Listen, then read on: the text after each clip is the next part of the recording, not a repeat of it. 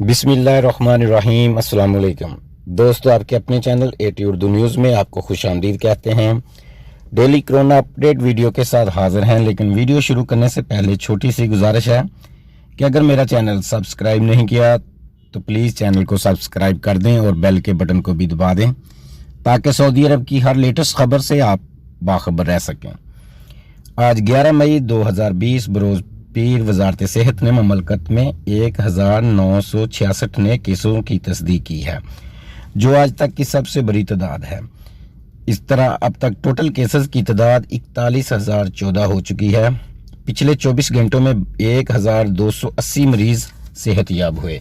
इस तरह सेहतयाब होने वालों की तादाद 12,731 हो चुकी है। आज मजीद 9 अमवात हुई, जिनसे टोटल 255 इमवात हो गई हैं। आज सबसे ज़्यादा अल रियाज में 520, मक्का मुकरमा 343, मदीना मुनव्वरा 257, जद्दा 236, अल हफूफ 137, अल दमाम 95, अल ताइफ 171, अल खबर 60, जुबैल 49, जद्दा 39, अल दरिया 25, अल कतीफ 23, अल मजारदा 15, बरेदा 15, तबूक 10, हाइल 10, यम्बो 9, अल जोहरान 8, बकीक 7, खमीस मशीद 5, सफवा 5, अल नेरिया 3, अनेजा 2, बेश 2 और अल खरज 2।